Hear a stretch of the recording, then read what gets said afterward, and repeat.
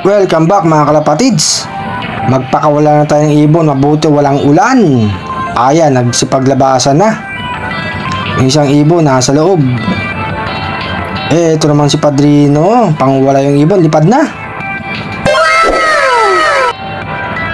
Nakaronda nga sila mga kalapatids, mabuti nga wala na ngang ulan.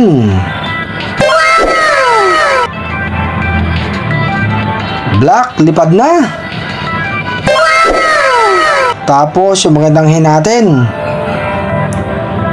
Eto nga si Arcelot, pasayo-sayo pa mga kalapatids. Bigyan ko na ng pagkain si Baby Padrino, pakapit-kapit ka pa dyan. Eto na pagkain, kumain ka na Baby Padrino. Anak ng pangwalayo ang ibon. Tapos sa baba, mga isakbers natin, bigyan ko na rin ng pagkain.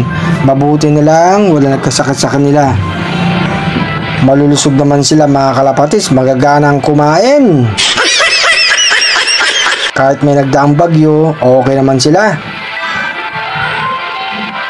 Eto si Baby Padrino, bigyan ko ulit ng pagkain. Malakas kumain. Andito na ang ibon natin mga kalapatids. Papasok na yan. May pagkain na dyan, tsaka inumin. Talo na. May isang ibon pa sa bubong mga kalapatids. Si Padrino nasa taas. Si Black pala yung hinahabol niya mga kalapatids. Nakita yung magparis dati. Ayan sila mga kalapatids. So ibang klase talaga to si Padrino. Kondisyon. Paris na paris. Sinusundan si Black mga kalapatids.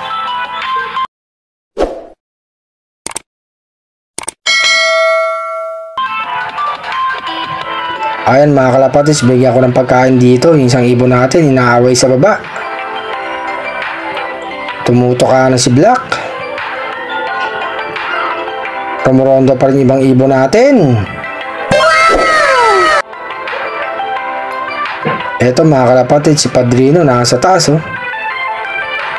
Ano si Black, nagkita silang mag-ama. Talagang ayaw niyang tantanan si Black mga kalapatids. Binubuntutan, mukhang mapasok pa sa baba mga kalapatids. Tatalon nga oh.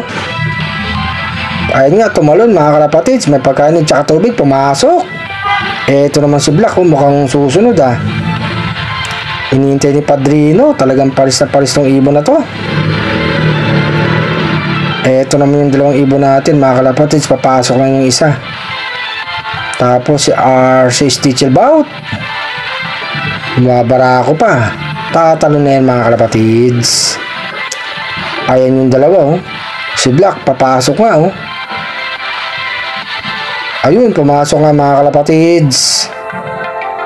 Paris na pares. Si Padrino. Diyan muna kayo, kumain muna kayo dyan. Mamaya ko nang tatanggalin si Padrino para ilipat ng kabilang kulungan. Andyan na rin sa loob si RC Stitchelbout mga kalapatids, kumakain din sila. Eto mga kalapatids, nilipat ko ng isang ibon din dito. Tapos ito mga kalapatids, lalapitan ko, papasok yan. Papasok yan mga kalapatids, kailangan panlapitan para pumasok. Talo na.